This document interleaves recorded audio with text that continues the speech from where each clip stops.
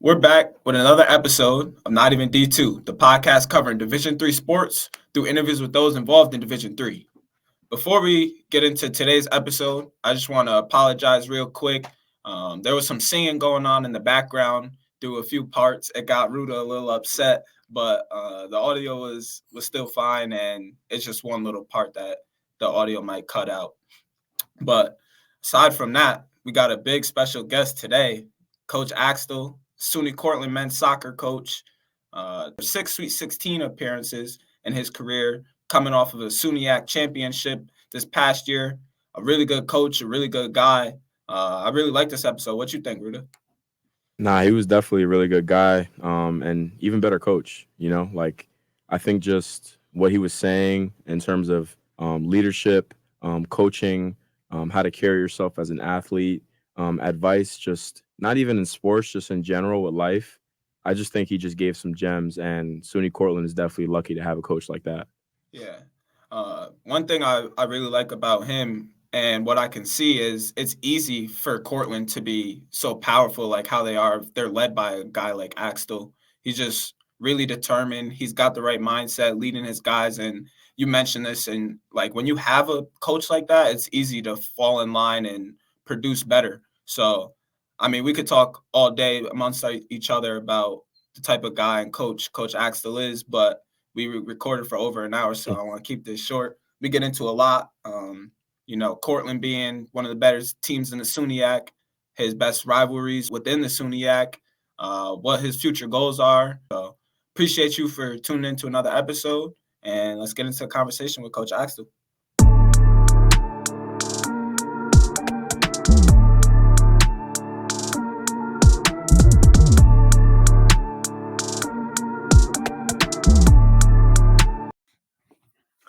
All right, we're here with Coach Axtell. How you feeling today? Great, man. Great. How about you guys? Feeling good. Feeling pretty good. Excited to get this episode going. Yeah, me too. Thanks for having me on here. Of course. So, what's life like as a soccer coach in the spring season? You guys are done in the fall. You got all this time to yourself. What have you been up to? Yeah. Let's see. So the off season for us, obviously we're limited on the amount of time that we get with the players. So we get 24 days in the spring. I like feeling full on like we're in it. And so I try to cram those 24 sessions in after spring break. So we'll go like 6 weeks of 4 days a week. So I like to feel like we're in season again. That's just kind of how we do it. So we're kind of at the tail end of that. We play Binghamton next weekend. So in about a week's time, we play Binghamton. That'll be our spring game that we play, which will be a good test for us. But yeah, so normal. I mean, we go 4 times a week. We go in the morning, 8 to 10. Once that's over, we all kind of head into the office and get our work done. And the spring is pretty light. Like there's nothing crazy that needs to be done other than recruiting and taking care of the guys. So most days are pretty short, like kind of done at 2:30, 3 o'clock. And so the spring is kind of nice. It's definitely like a time when like you can catch your breath a little bit as a coach and, kind of recharge your batteries a little bit. Yeah. It's nice because you get to work with the players all the time, but there's not the stress of winning games, not the stress of coming up with the starting 11 and dealing with guys that are unhappy with that. And it's almost like you get all the positives of coaching in the spring, right? Which is just like working with the guys, helping them get better, interacting with them every day without the stress of, the daily grind of competing and trying to win games. Yeah. I want to talk about just briefly the Binghamton game you guys are preparing for. My basketball team, we play St. Bonaventure Division I school every year, and we're going into it like we're trying to work on some things, but overall we know that we're most likely not going to win the basketball game. Is your mindset like I'm trying to win this game, or are you just looking at it as a time to build? No, definitely trying to win it. I think in the soccer world, the divisions overlap a little bit more than in the basketball world for sure, like level of play. So it's a low scoring game, right? So like even within Division III soccer, like in the fall, like you can be picked to win and it's still really hard, right? Like you might not win. You can flip a coin at it sometimes. So I think because it's so low scoring and the levels overlap a lot, I mean, our mindset is definitely to just win everything that we play. And and we play them every spring. And so I think in the last 6 or 7 years, we haven't lost. So we've tied quite a few times, but we haven't lost. So I definitely think, there's some times that we can catch them. And if we play well, like that should be the expectation. We also play Cornell in our spring or in our fall scrimmages. So that's like our big, right before our first couple of games of the season, like we get that big test. And we've tied them the last 2 years too. We tied them 1-1 and then last year 2-2. So, I think our expectation is to try and go win. Now, if we were playing, a big time Power 5 school, then I think our expectations have to change a little bit. But because I think we're catching, like a Binghamton and Cornell is like a mid-range school, I think it's definitely within us if we play well to have high expectations for it. I was going to ask, like, scheduling that Cornell game, like, right before the season started, is that on purpose for you? Like, okay, like, we're going to play a Division I team. This is a high-level team. I want to get our guys ready mentally and physically to play against this type of competition. For sure. And I don't mind, like, catching what they're bringing to us early on, because I think it humbles a lot of guys. I think it shows some of our guys that maybe think that they should be playing more or have a bigger role. It shows them just how different that very top level is, right? And so, like, our top 11 can hang with them for sure, right? And, like, by the results, I think that shows. But if we subbed our next 11, right, then the game starts to slip away pretty quick. And so I think it's good. It humbles us. It lets us know that, there's another world out there, that it's not all sunshine and rainbows, right? Like, you're not going to win all the time, and, like, it's going to be tough, and you got to earn every result you get.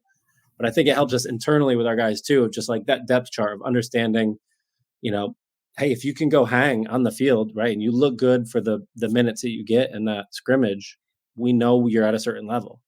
And if you go out there and you're only trying to survive the minutes that you get, we know that's where you're at, right? And so it helps us internally too, just as much as it does as a whole group. I love your insights, and I definitely want to keep talking about your coaching career. But first, I want to hear a little about the early stages of Coach Axtell's life. You're from Franklin, New York, which is about an hour and a half from Cortland, and where you played 3 years. You played Cortland 3 years. So what was early life like for you, and where did you develop a love for the game and that allowed you to work in the profession for almost 20 years? Yeah, for sure. Okay, so the real early stages. Okay, so mom and dad. My mother was an elementary teacher, and so she had that, like, nurturing, caring, very loving. She was an educator at heart, right? Like, so I had that side to me. My father was in the military. He was in the Army, and then he went into construction. So, like, he was such a disciplined, kind of hard-nosed guy. And so I had, like, the yin and the yang right from the start, which was amazing. And, like, looking back, like, I can pick out all of those traits come from those two, right? Like, I'm kind of like the meld of those two things. In terms of, like, how I coach and just who I am, I think I have both of that in me really strong. So I had an older brother who was 10 years older. He played soccer. It was definitely probably more of a hobby for him than it was like a passion, but he played in high school. But like when he was 16, I was 6, so when he's playing that, like, I don't know the difference, right? Like, I just see him playing for the high school team and I just think he's amazing, right? Like, and so I kind of looked up to him. He was a goalkeeper. I wanted to be a goalkeeper. It kind of all makes sense through that lens. But then as soon as I'm 8, he leaves and he's off to college and he's never coming home, right? Like, he's out of the coop. And so now I'm an only child at 8 that loves the game, right? Like, has all of these things that I want to do in the game. Like, I love it, but I'm an only child. And we lived kind of like out in the middle of nowhere. So it was just like me and a soccer ball. Like, that's all I did. I would just go outside and, like, that's how I played. My father built this, like, wall out of wood, like this kick wall, and I would just bang that ball against this thing for, like, hours a day, every day. Like, and I get, like, that's what I remember my childhood being, is just playing soccer kind of by myself because I was an only child, and it's just how I did it. That kind of continued to grow. Started to get obviously pretty good at the game and like really buy in and make that my sport. And my parents made that commitment, which um, to play a higher level club soccer, we had to travel. Like we didn't have anything near us.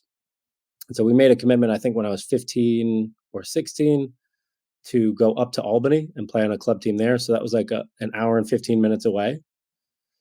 But I think they just knew like this is his thing. Like that's what he does. Like it's the only thing he loves. And so they made that commitment, which I'm like forever grateful for because that's a massive sacrifice as parents to drive me to and from all the practices and whatnot. And that was great because I just flourished. Like I was around kids that were as good and loved it as much and et cetera. Like that experience was amazing.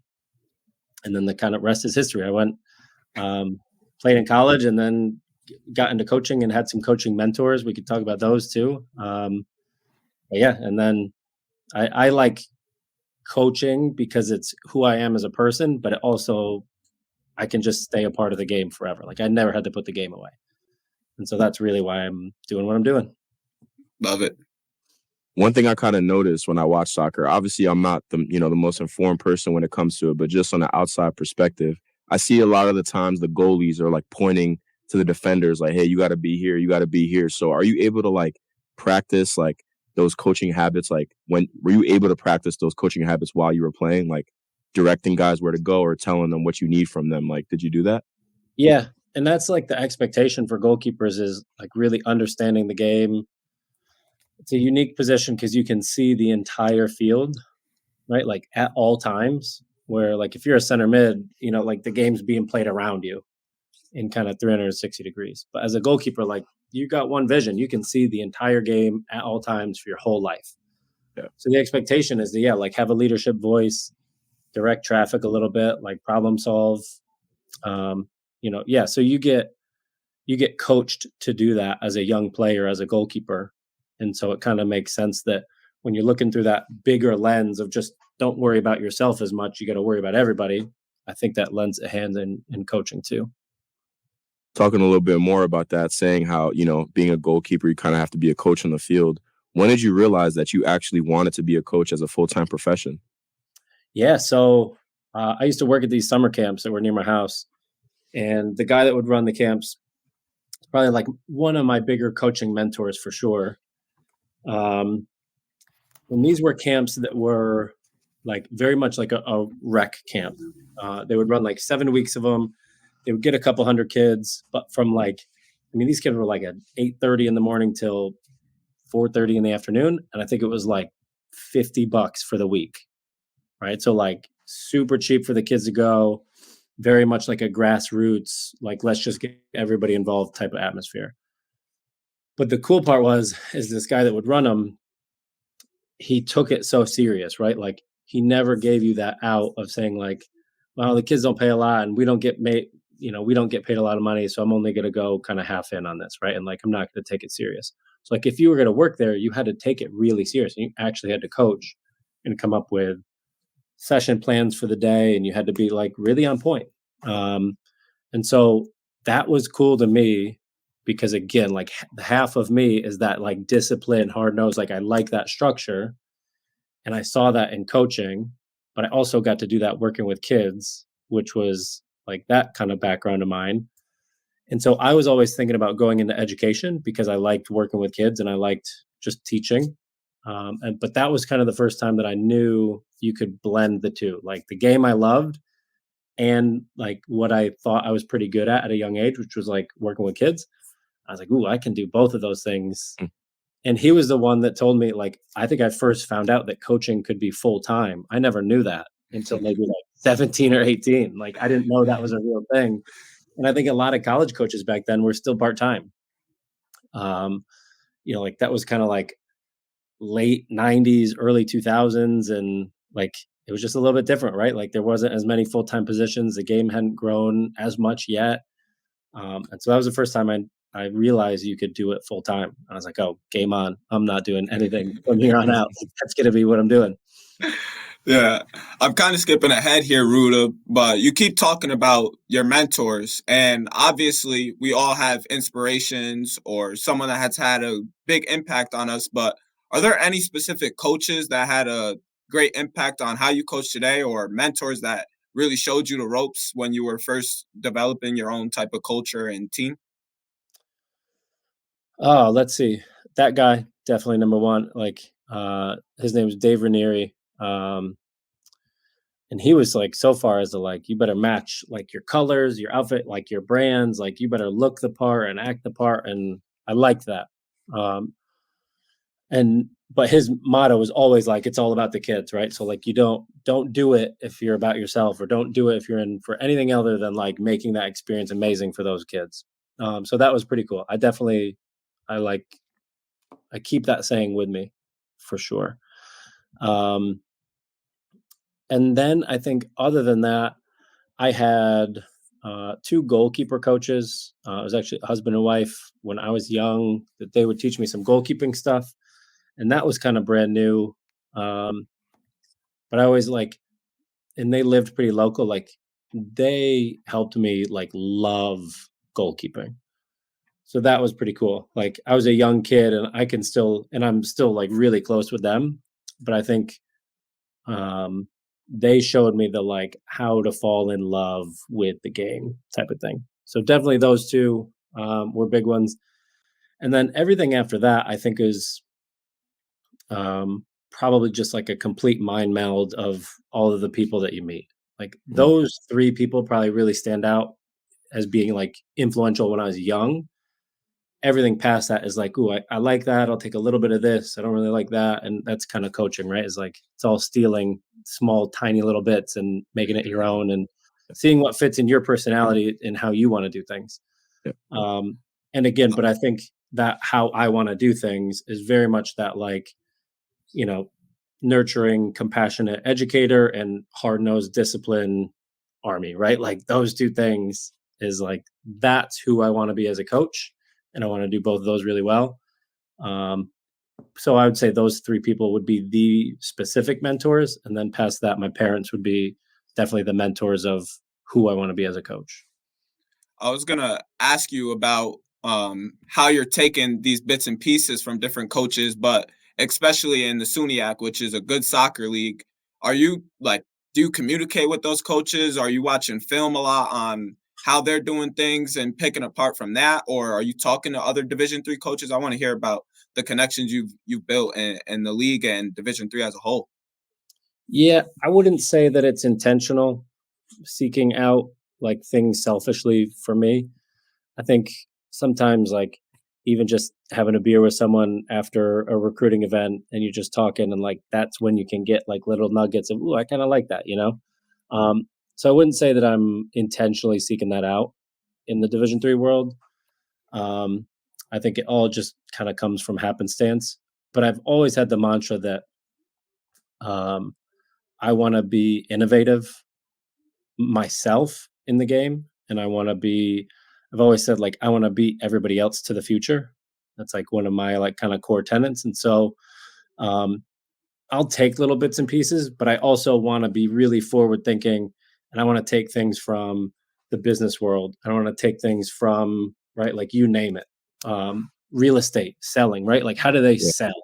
Okay, good. Let's put that into practice with some recruiting, right? Like yeah. so. I do want to be innovative in the game, so I think I'll take a lot of things that maybe aren't directly from soccer and try and figure out in my head how do I use that in soccer or in the game, and maybe come up with some things that are innovative too. So rewinding a little bit, I read online that you were an student assistant coach back in 2007, and I want to hear about this experience a little bit more. Like, what was it like for you, like being on the sidelines, and what were some of the struggles that you encountered, or what were some of the good times that maybe you encountered doing that? Yeah, so I did that because I uh, did my knee. I had knee reconstruction, Hmm. so that was a year that I had to sit out anyways. I had been coaching club teams at the time, and really like diving into coaching, and so that was kind of a way that I think our head coach uh, just knew I was going to be around the program anyways, and kind of gave that like student assistant title just so I could kind of have a little bit more of a role. And some of that was like mentally for me, staying a part of the team through the rehab and all of that. But I also like I knew that that's what I wanted to do, so that was great for me on a lot of levels.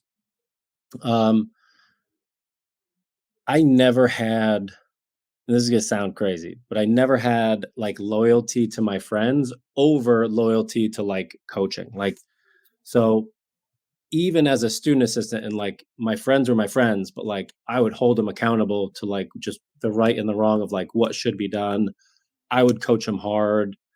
It was kind of like this unique balance of like I got an opportunity to sit on a different end of the bench and like coach them in a way that I couldn't as a player, but I took full advantage of it. Like I didn't just kind of hang out with the guys and BS that whole fall. Like I coached hard. I was like, I'm gonna right. Like I get this opportunity, I'm gonna coach you guys, and like I know we're friends, but I'm also gonna be on you about what should be done and what shouldn't be done. So that was pretty neat. It was a cool experience for me for sure. Yeah, I respect that a lot, but not everybody respects that. Obviously, the honesty of like, no, you're doing this wrong right now. Did you notice any like disconnect when you would be honest with your friends and then seeing how they would react to that? A little bit, yeah. Um, but I've never had the I don't need to be liked. I've never had that. Like I was like, I don't know. There's like a right and a wrong here, and like I don't know. I'm your coach, and like I'm only doing it because I want you to be better. Like it's not coming from a bad place. Mm. So I never saw anything wrong with it. And if I got like any backlash from friends or whoever, like I just didn't care. Like it didn't bother me one bit. It was just in and out. Like whatever. You can take it how you want to take it, but I'm living my life in a way that I'm going to coach you, right? Like that's what a coach would do. And so I'm not going to backpedal on my professional world just because you want me to be softer on you. I never had any of that. And so, like, even for instance, when I took over in 2012, there was like 4 or 5 teammates that I cut like right off the bat. I'm like, you're just not good enough. Like, we got to go a different direction here. So, like, I always had that kind of cutthroat coaching ability about it where it was like, I don't know, you can take it how you want, but like, I can't soften myself up because it's just not who I am. Like, Mm. I just always had that approach of I want the people around me to be better. And if that doesn't jive with you really well, then like, I'm sorry, but that's who I'm going to be. So you mentioned that you took over the program in 2012, and you also served as an assistant coach and interim head coach for some time as well. So I'm kind of wondering, like, what did culture building look like for you?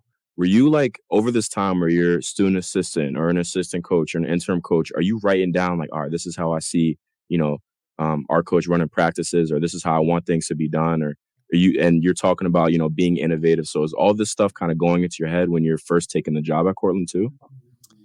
Yeah, a little bit. I think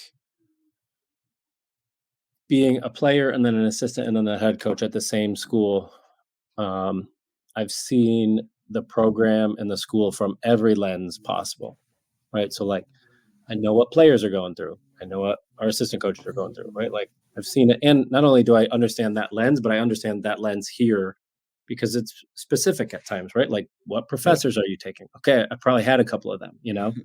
Um, so that was unique. In terms of culture building, through all those different lenses, I got to see what I felt like worked and didn't work as both a player and an assistant. And then I got to make those changes when I was a head coach. Um, I think I've always had a very critical eye. And so more of it was I knew exactly what didn't work. And when I was young, I knew I didn't have all the answers of like, oh, this is definitely the way that it has to be. But I had a really large list of like, here's all the stuff that it can't be. Mm, What it can be, yeah. who knows? It's unwritten yet, and we're going to try a lot of different things here. But I know exactly what doesn't work, and so that's where I think that unique experience that I had in those 2 different roles. That's what I think helped build the culture that we have now. The some of the things that you notice, like what a program can't be, right? How did you help yourself in that aspect when it came to like building? All right, so what did you do to like prevent all that stuff from happening? Is what I'm asking. Like all the stuff that you didn't want to happen, how did you prevent that? Yeah. So I'm a big discipline kind of law and order coach, like, um, but I also don't want to make rules that don't make sense.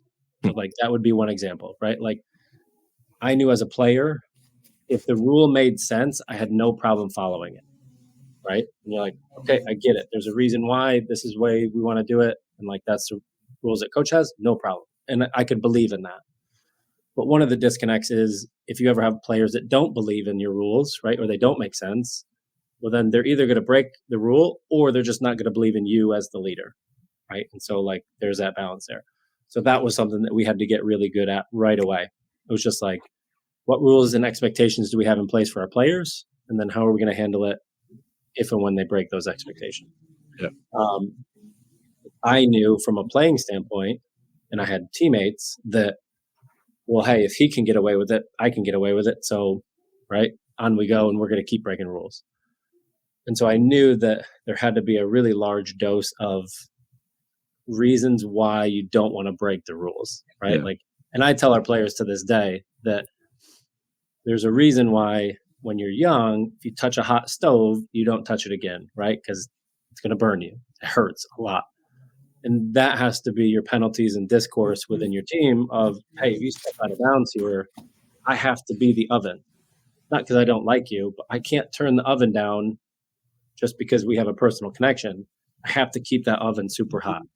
So that way, if one player touches it, we all look around and we're like, ooh, don't touch that again. That's not something we want to do. Yeah. And so, like, that example there is just like making rules that make sense towards winning, towards success, and then holding them accountable to those rules. And I think if you can get those two things right from a culture standpoint, you have people that believe in your rules, right, and why they're there, right, because ultimately it's going to help us win and be more successful, which means they believe in the coach, and they believe that if anybody steps out of bounds in that, they're definitely going to pay for it in the right way. And so now we're like aligning everybody a little bit more into that vision of where we want to go. But that would be one example, right, of like using that experience as a player and what worked and what didn't. And then you get to go do it when you get the job. So when we were thinking about guests to have on, you know, I hit up one of my friends at Cortland, DJ Harder. He's a student assistant on the men's basketball team there. Great guy. Going to be a good coach one day. And I asked him, I was like, hey, like, we want to interview someone in the Cortland athletic department. Like, who would you recommend? And he said your name. And he mentioned something interesting about you. And he said how you have a leadership hierarchy and how different grades have different leadership responsibilities. So I'm kind of interested just to hear about this, when it started, why you started it, and like how it kind of developed over time. Yeah, so I started it in 2012, right when I took over. And we've changed it slightly throughout the years, you know, just as times change and maybe we want to update it and get a little bit better at what we do. But really, it started in 2012. And it started because when I would hear other coaches talk, sometimes I would hear them say, we just don't have great leaders in our senior class. Or, they're just not good leadership in our senior, right? And in my head, it never made sense to me because I'm like, you've had those guys for 3 years. Like, why? Why aren't they? And I think it's because a lot of times we wait until they're a captain to invest time and resources and meetings and whatever into helping them be a captain, right? And a lot of that type of stuff, if you start it right away, even in the recruiting process or like the days leading up to when they're getting here for preseason, you can help them become a much better version of themselves. So that way, when they do become a captain or a leader or a senior, they're ready to take on those roles in a better way. So that's the why. That's why I formed it. I wanted to have a system that we were developing kids where I never had to say, we don't have good leadership in our senior class. That was my goal. If I could never say that for the rest of my career, perfect. Job well done. And so I broke it out and I'm like, all right, well, if we're going to have great seniors, what does that kid need to do junior year? And what do they need to do sophomore year? What do we need to start them with freshman year? And so I came up with this hierarchy of freshman year is lead yourself. Like, a big component of can't lead other people unless you have yourself figured out and like you're leading your life in the way that is attractive to others. Sophomore year is all about lead individuals. Can you help one person at a time? Most of the time in our system now, it's the freshmen who help them figure themselves out, right? Put them on the right track. Junior year is lead groups. So, like, for instance, we'll have like, this month will be like a player X is a, director of community service, something like that, right? So like throwing them into real world things where they can lead smaller groups, and then senior year is lead the team. And then that's when we want them to be captains and be great. So that's our hierarchy of just like what the expectation is for each of those classes. The big one's lead yourself for sure. That starts everything. You can't figure that out here in this environment. You need to get great at what you do before other people expect people around you to be great, I think. Yeah. That hierarchy, it sounds pretty vague, which is a good thing. Like it's so if I'm leading myself, I have my own interpretation about that. Ruda has his own, you have your own how to do that. Do you notice any like can you see right away that, oh, this person is buying in more than this person or anything like that? Yes, definitely. But again, it's all relative. So a kid might come in his whole life, right? He's gotten a 4.0, he's been a great kid, he was class president, whatever, right? Like comes in with that. Okay, so the expectations are high, right? Like you have it together, like you're doing well in life, like you got it kind of figured out. But then is there growth, right? Like does that kid buy into doing that here? Who knows, right? Like that's different. But I think the best part about it is, well, what about the kid that doesn't have that path laid out for him, right? Maybe comes in like we had to help him get into school, maybe, right? His grades aren't great. Maybe has like a harder home life, right? Like maybe it's single mom or whatever, like, brothers and sisters that he was helping raise. Like we have a lot of those type of kids. We have kids that like don't come from a silver spoon, right? Um, and sometimes that growth is even bigger. Like they're craving structure and someone to believe in them and someone to like pour their energy into that they know is going to like give it back to them. So yeah, I think you can see buy-in in a lot of different ways. I don't think it looks the same for everybody. And I'm not in the business of making robots, right? Like I want players to be who they are, but the best versions of who they are in our culture, right? Like, so our saying is like our team chant is our captain or whoever, an older guy will always yell out, I am, and then everybody says we are. So like that's kind of like been our mantra forever since I took over. Just that like I am, we are. It's like I still want that I am. Like I am X, Y, and Z, right? Like I get to set those parameters. And because of all of those, that's who we are. So yeah, I think you can see buy-in in a lot of different ways, but that I am, we are is definitely at the heart of our culture in terms of like leadership development and trying to like develop them as young people. You talk about culture, and I wanted to ask you this question about being in the Cortland athletic department. We played Cortland this past year in basketball, and we beat them. But I was walking through the hallways and just seeing the different like plaques on the wall of the different coaches and what they've accomplished, and like walking through that building, it's like a different vibe in there. And one thing I'm wondering, like the expectation throughout the Cortland athletic department is to win. Mm-hmm. How does that impact you and like how you carry yourself daily? I love it. It's how I tell recruits the same thing. It's like mediocre people do not like being in a room with alphas, and alphas do not like being in a room with mediocre people. Right? Like the two just don't get along well.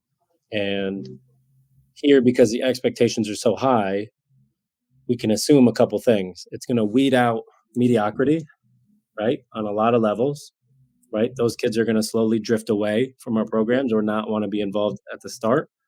And then two, it keeps everybody sharp.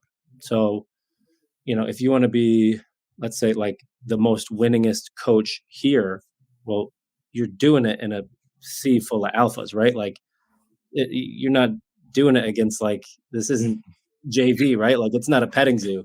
Yeah. And so I think that's great because like you get to actually go test yourself against other kids that are like-minded, driven, want to win. That's the expectation. And it helps you hold yourself accountable, even if you're having an off day or even if you're tired or whatever. Like you have to show up. You have to be professional. Expectations are high, like not just for winning, but like who you are as a young professional, the behaviors that you have, the habits that you have. So I think it just kind of bleeds into everybody a little bit of you don't want to let the entire program, athletic program down, right? Like you want to rise to that level of expectation that everybody's got for themselves, and you don't want to be the outlier. So it keeps yourself sharp, I think, as a coach and as a player, definitely. Yeah, shout out to the Cortland athletic department, because that's definitely not the case in every program. You know, some programs are just like, we want to bring in the best people, or we're looking to get a little bit better this year. We don't really care about wins and losses. So I'm curious, when you're recruiting, there's a fine line between the best people and the best players. Not all the time, but there are people like that. So do you try to go after the kids that are going to be the best players, even though they might mess up the locker room chemistry, or are you going for like a mixture of both? Talk to me about your recruiting style when the expectation is to win. Yeah. So let's see. I'm a firm believer that you are not either a good person or a bad person. I do believe that you are a product of your environment at present. So I don't ever hold anything against kids in the recruiting process. We have like, are there kids like rough around the edges that like people would say, yeah, probably. But I also believe that when they get here, we're gonna provide them with the culture and the program to like clean themselves up and like really get moving on the right track. So we definitely look for players first, 100%. Like you got to be a player first. Like that's the first metric in everything. Now, if it's dead even and we have one more spot left and the two players are identical and they play like that hypothetical, yeah, we're gonna pick the like kid with the better GPA or better, whatever, like more leadership qualities. Who knows?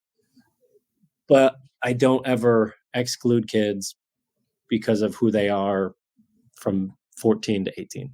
Because I think from 18 to 22 here, I think we're going to set you on the right path. Now, there's going to be expectations as you get here, like you don't just get a lot of rope to come in here and screw up what we've built.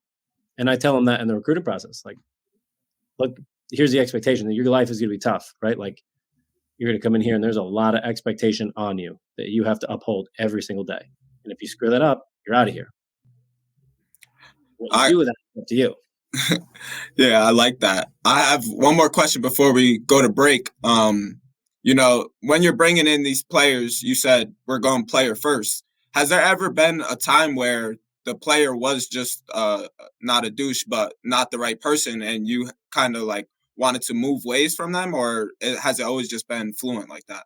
Oh, no, for sure. Yeah, we cut a lot of kids, and I think I'll put it this way, like if I asked anybody, right, like who is the most high performing group on the planet? A lot of people would say Navy SEALs, right?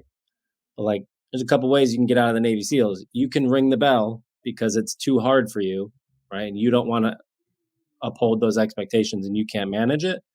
Or you also just don't make the times and don't make the cut, right? And so like the amount of people that want to go there is really high. And the amount of people that actually survive those expectations is really low. That's why they're killers, right? Like that's why they are the best of the best, because you take a bunch of people and you make them compete and you see who rises out of the group. I have no problem doing that here. It's not a 4-year guarantee. It's a, hey, I believe in you. I believe that you can do it here, but then you have to go prove it.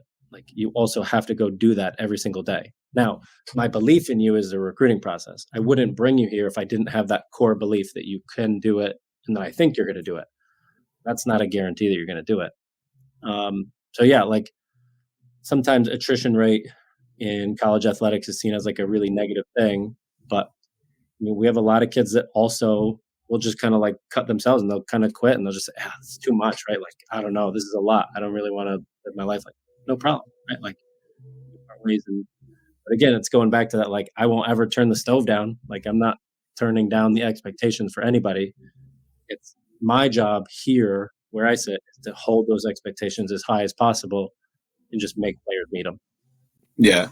You've given us a lot of great stuff. I think I'm going to add a ton of things to my quote list, so appreciate you. But Right. Stay with us. We're going to take a break and talk more about Cortland and the SUNYAC. All right, we're back. I want to talk about a specific year in your coaching career. 2016, You guys finished 19-3, which is a SUNYAC record.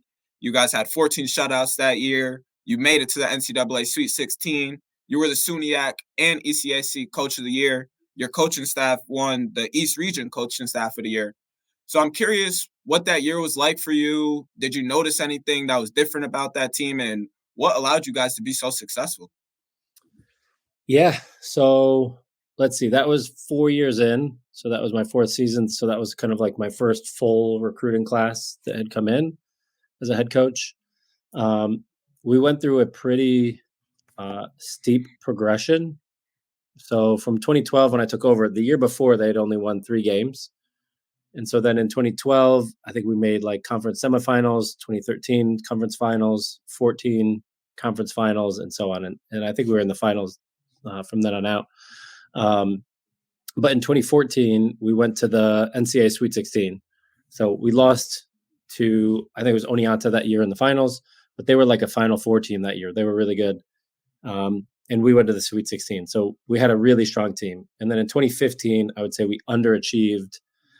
I would say it was a time in my career where I had never had to have a season after a really good one. And so I think a lot of the players just thought, hey, we were at that level. Life is going to be a little easier now.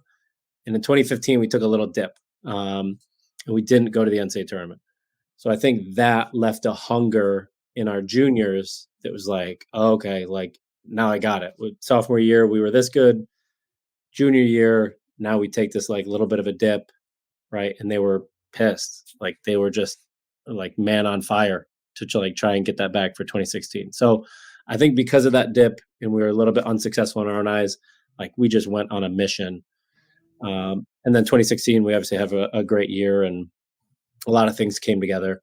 And then after that, I would say we've had similar teams just as good, maybe even better, who knows, since then. But we've been building a lot harder schedules after that. And so like, getting up to 19 wins, that's a tall order these days, especially with the strength of schedule that we have right now. But yeah, that was a special year. You talked about that little dip. Do you notice in yourself that you're like, okay, that didn't feel well, I have to do a better job going forward in the next season? Or are you, like you said, just keeping it consistent throughout? Both. Yeah, both. Like, there's a lot of things that you have to do and stay consistent. But then that was my wake up call to, all right, you've been on like this upward trajectory and that was your first down. I was like, ooh, I don't like that one bit. Like that did not sit well. So one thing I'm wondering about, a lot of the times when I, head into the gym to work out or lift or something like that, I see my coach, Coach Coffee, in there getting shots up or in there, lifting. And what it does to me as a player to see your coach have put in that type of work, it influences me. It's like, all right, I want to, like, this guy is going hard. Like, I want to go hard. I want to play hard for this guy too. So then you just talked about how your players, after a down year, they had fire in them and they wanted to work hard. And they obviously see you in the way you carry yourself. How does it feel for a coach to have like that type? How does it feel for you as a coach to have that type of impact on players? Like for them to be just as hungry as you are to get to the top. Like how is that for you? Well, it's a great feeling. It's like players that want to emulate what you do. Like that's kind of one of the ultimate things about it. It's amazing, to have that influence. But it comes at a price because you can't.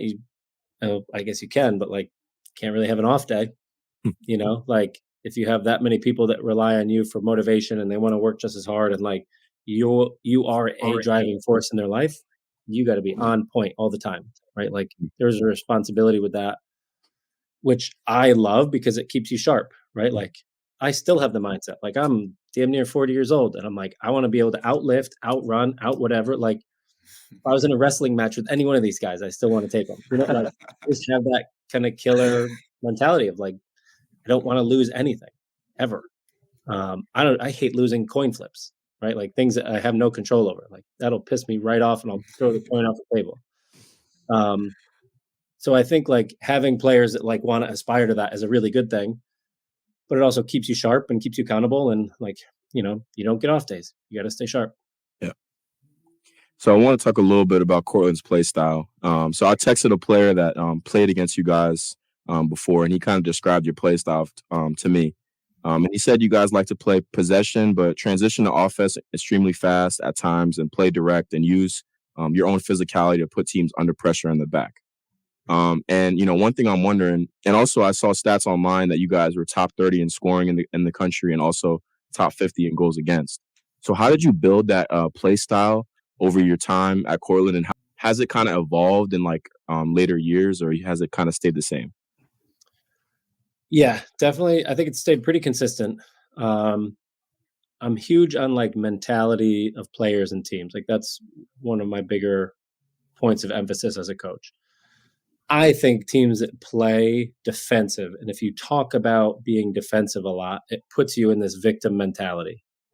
And I think you have to be really careful with teams and players that not to convince them that they're not good enough because you're only talking about defending. Oh, how are we going to stop the other team? Right. Like, and then you get in your head of like, well, if we're all talking about like them and how we're going to stop them, like, well, what about us?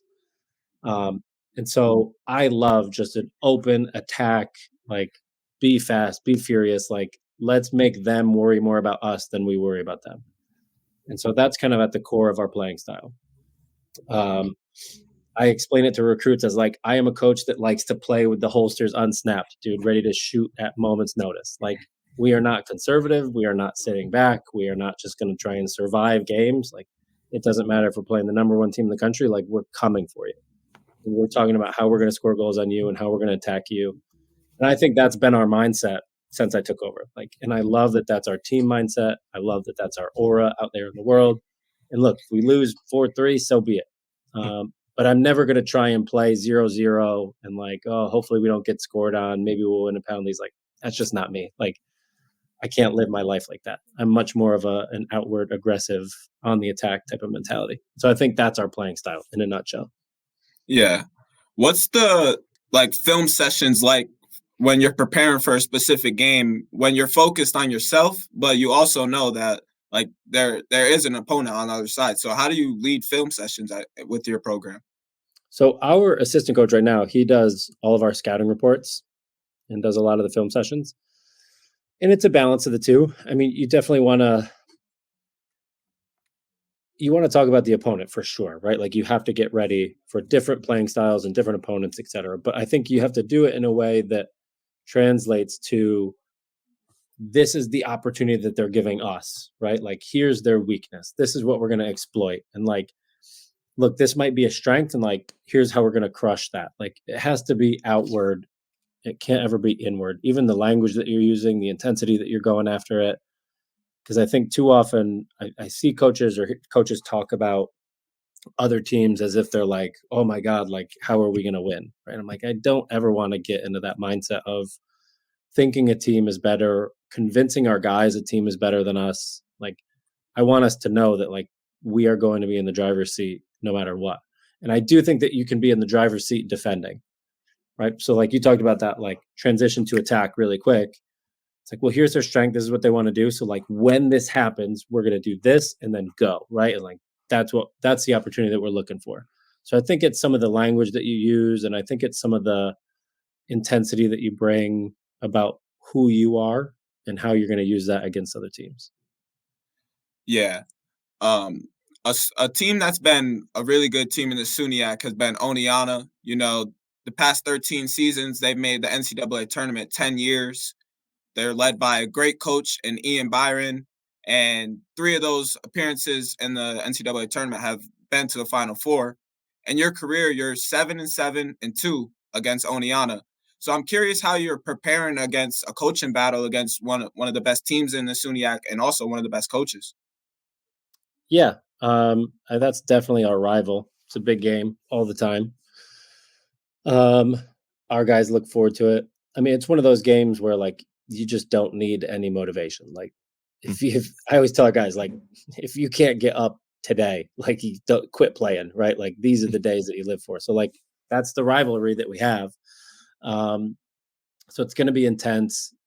It's going to boil over at times, and it has, right? Like that rivalry. Some years it's great and it's a very like respectful rivalry. Some years it boils over a little bit, and like that's just how it goes. Um, but yeah, I would say like from a preparation standpoint, we try not to overhype the game just because like it still is just one game, right? Like we want to win it. Like that's our rival, but we also don't want to put so much pressure into our guys that they end up making decisions they wouldn't normally make, right? Like they still have to play well and be level-headed, and there's still like a way that we have to go try and win that game. So I would say from preparation standpoint, it's nothing different than any other game, but our guys know, like they just know that's the game. And a lot of that, like you just can't take out of them, and I don't want to take it out of them. And it's a good, healthy rivalry, put it that way.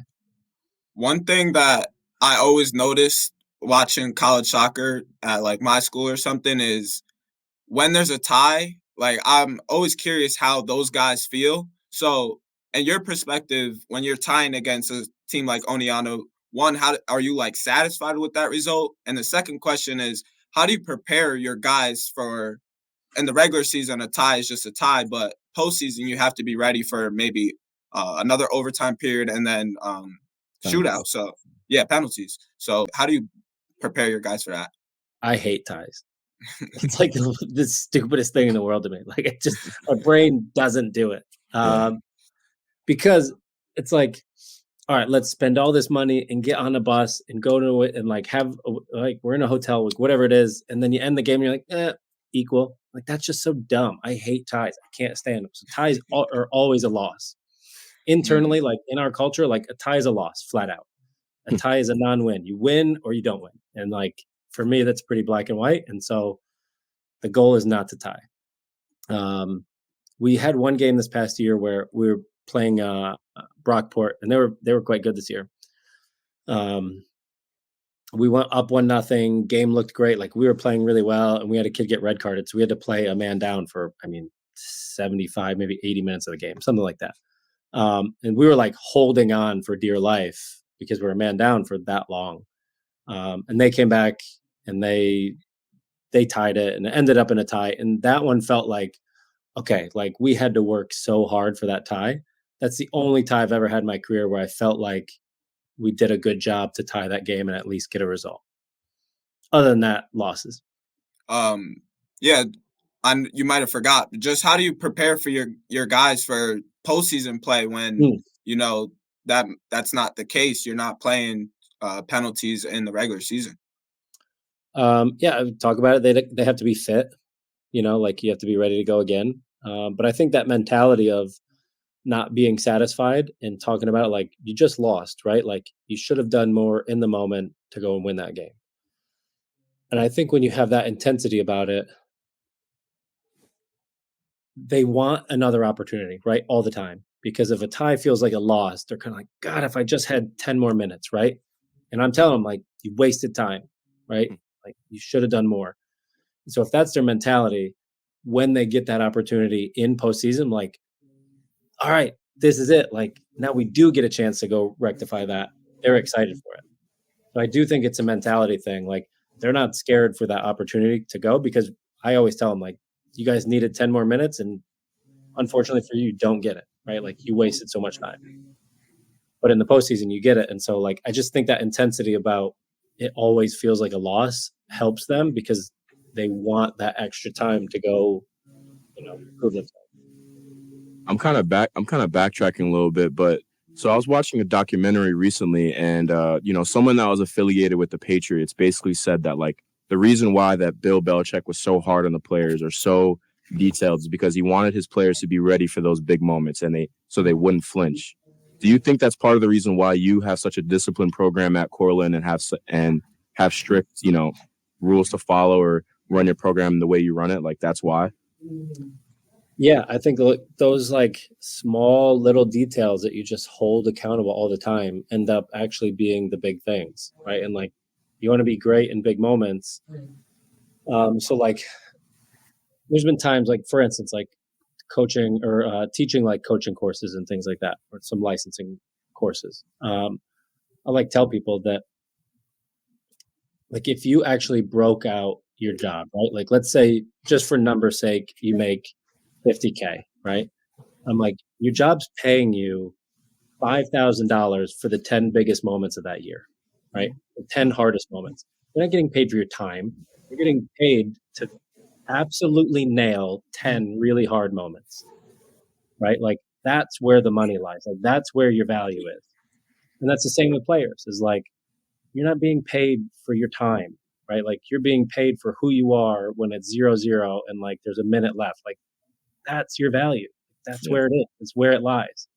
And that's the same in the real world too. Is like the big moments are where you can find your value, right? Like because everybody else can do the normal stuff. Like they don't need me for the normal every day, right? Like Yeah. if you think that like you're kind of at the top, like well, then they need you 10 times a year because they can't find that in anybody else, right? Like the mundane is the mundane. Anybody can do that. That's a gem. Yeah, I respect that. I respect that big time. So getting back to the questions, so Brockport and Geneseo are leaving the SUNYAC next year, and they're coming to the Empire 8. So I'm just kind of just wondering, how do you think that's going to affect like just your program and the conference overall? Yeah, it's interesting. I got a lot of thoughts on it. I mean, one, our strength of schedule goes down. Those are two good programs, two good schools.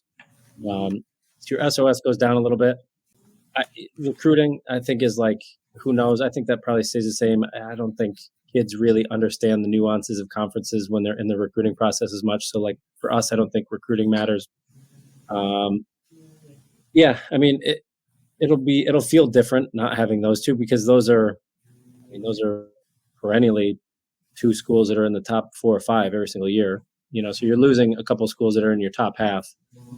But that also means that's going to get filled with 2 schools, right? And like two other schools rise to that occasion and, start doing really well. Like that could happen too. It's not just like they're gone and like there's that void forever. Like somebody's going to fill that void. Yeah. So, yeah, I don't know. To be determined, I think. I mean, those are 2 really good coaches, 2 really good programs, and like it's nice to have good programs around you in conference that like keep you sharp. But we've got 2 schools coming in that are like they don't have any history written in the SUNYAC yet. Maybe they come in and catch fire and they do great. So unwritten a little bit, I think. Yeah. Transitioning into a new topic, something people might not know is that your wife is actually the women's soccer coach for Cortland. And before I ask the question, I just want to give her a little shout out. Heidi, she was a former EA Player of the Year. She went to Nazareth, and she's now second all-time in wins for Cortland women's soccer. So big shout out to her. She's doing big things. But first question is, when did you guys meet each other? And then the second question is, what's that dynamic of working in the same athletic department? Like, are you guys working with each other, helping each other out, developing game plans together? Talk to me about your relationship with Heidi. Yeah. So we met here at Cortland. I think it's tricky. Everybody assumes that because we're both soccer coaches, we talk soccer at home and we work together a ton, but we try and keep soccer out of our house, or at least like work out of our house as much as we can. We've got 3 daughters. They all play soccer. So like if her and I also brought that to the house, like it's just too much soccer. Like that's just crazy. So at home, we're just parents. Like we try and keep, the highs and lows from work away from our kids and away from our family as much as possible. Obviously, like if you have a huge win, you're on a high and life is good. And if you have a big loss, like life is bad and, you're on a low. And so, but like we try and shelter our kids from that as much as possible. Like they get it, but you also don't want to be the guy or the girl, like, that comes home and just wreaks havoc on your family because you lost a game, So like we try and keep soccer out of our house as much as we can. I think it's easier to work at the same building, like life schedules and, hey, are you going to pick up so-and-so? And hey, like, like it's easy because we're right next door, down the hall. But we also, coaching men and women is so different. So like the problems that we do face and the problems that we do the challenges that we have to solve as coaches here are usually like night and day kind of different. Not in a good way or a bad way, of just kind of the nature of what it is. And so there's some overlap in terms of like who we want to be in the department and, the level that we want our teams to be at and the success. And like, she is definitely hyper competitive and was an absolute stud player and like very much an alpha. And like, we are very similar in that regard. in terms of like commonalities of trying to help each other solve problems on each other's teams, like it doesn't work that well. This is a conversation that we had with a different coach, Coach Riley. He coaches at Wesley University, coaches basketball. And he was talking about how his relationship with his son and like how sometimes he tries to be just like a father first and not a coach. He doesn't want to be like a coach to his son. He can't like look at his games and whatnot.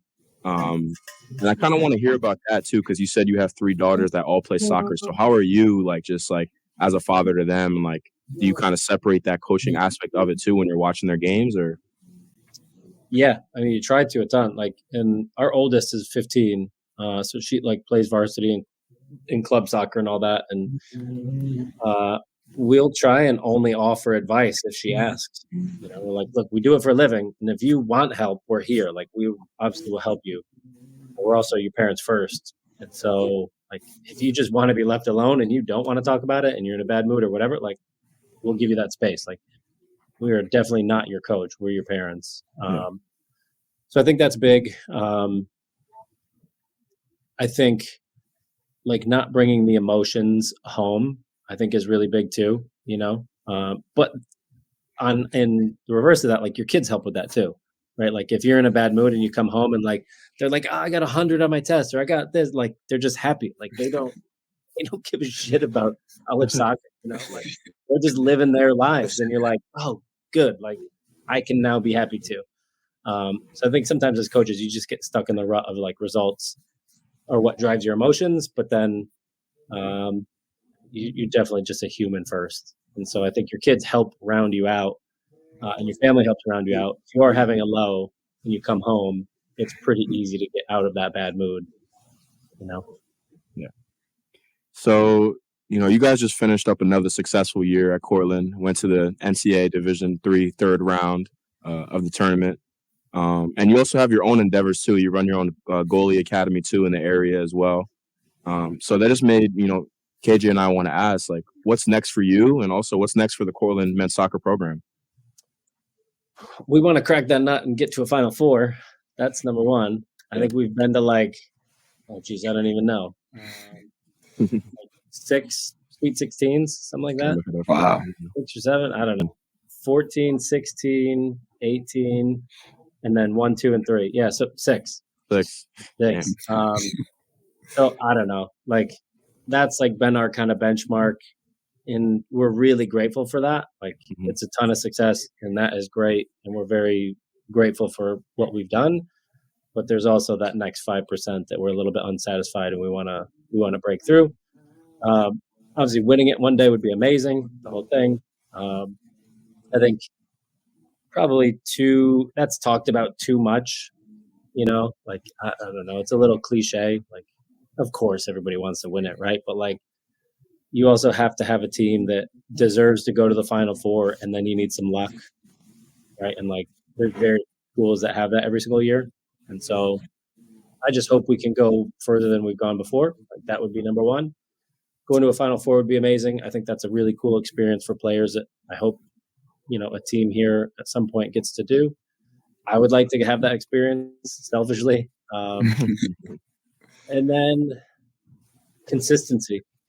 I think that's probably the harder part is, you know, doing that. Can we be kind of in and around the level that we're at right now and maybe a little higher? Can we do that for the next 20 years? Like, I don't know. Like, that's crazy. Like, you got to adapt with the times and you got to keep up with recruiting. And, you know, the business changes overnight, it seems, sometimes with different social medias and recruiting. And, like, you know, you just got to keep up with everything. So I think the big piece for me would just be consistency more than that, like, one standout year. I would also want to do it for the next 20 years, you know? So that's big for me is like staying innovative, staying at the cutting edge, staying ahead of everybody and like kind of maintaining that because that's a project that never ends. You know, I don't ever want to get to a point where we go to a Final Four and I feel like, oh, the job is done, you know, or like, oh, great. You know, job's never done. Like I want to do this until the day I retire. I want to be at the cutting edge of the game. I think that's what's next. And that's an ever-going process for sure. Yeah. Well, we've been recording for over an hour, so I know you got other things you got to do. We're going to end this episode with a little rapid fire and starting 5 edition. So let us know when you're ready for rapid fire. Go for it, man. All right. All right. So first rapid fire question. What was your favorite memory growing up as a soccer player? Ooh. I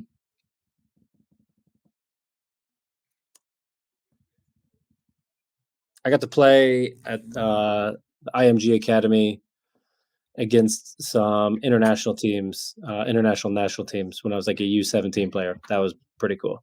Oh. What is your favorite restaurant in Cortland?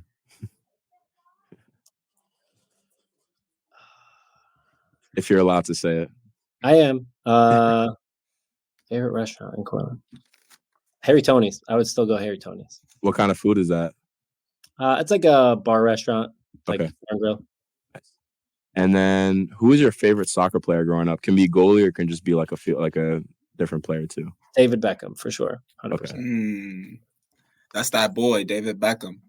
All right. So this starting 5 edition, it's a little different for soccer. We're just going to do top 5 instead of a starting 5. But you were a goalie yourself, so you got an eye for who's the best goal scorers. I want to hear your top 5 goal scorers you've coached in your career, and just explain a little about what made them so good or what you liked about them. Yeah. Okay. This is tough. I got to make sure I don't exclude anybody in my 5 that should be in the 5. All right. We'll go chronological. So there was a German kid, Ole Topfer. I mean, by all accounts, like that kid was a pro. He was so good. He was like 6'3". I mean, built really well, moved well. Like he was class. Nick Tata, he was a first team All-American in 2016. Left-footed, like super explosive, fast twitch type of kid. He was a reason for a ton of success in 2016.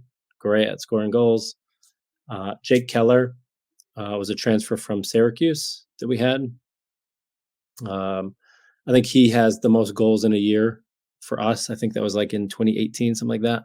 At least that I've coached. And he was he was like a ghost. Like he would just show up in places that like he was the right place, right time type of kid. You know, like you couldn't explain it, but he just had that knack. Miguel Ormsby, another first team All-American kid. Yeah, he was a transfer from the junior college level, came in and like, again, All-American. He was very, very good. In recent history, let's see.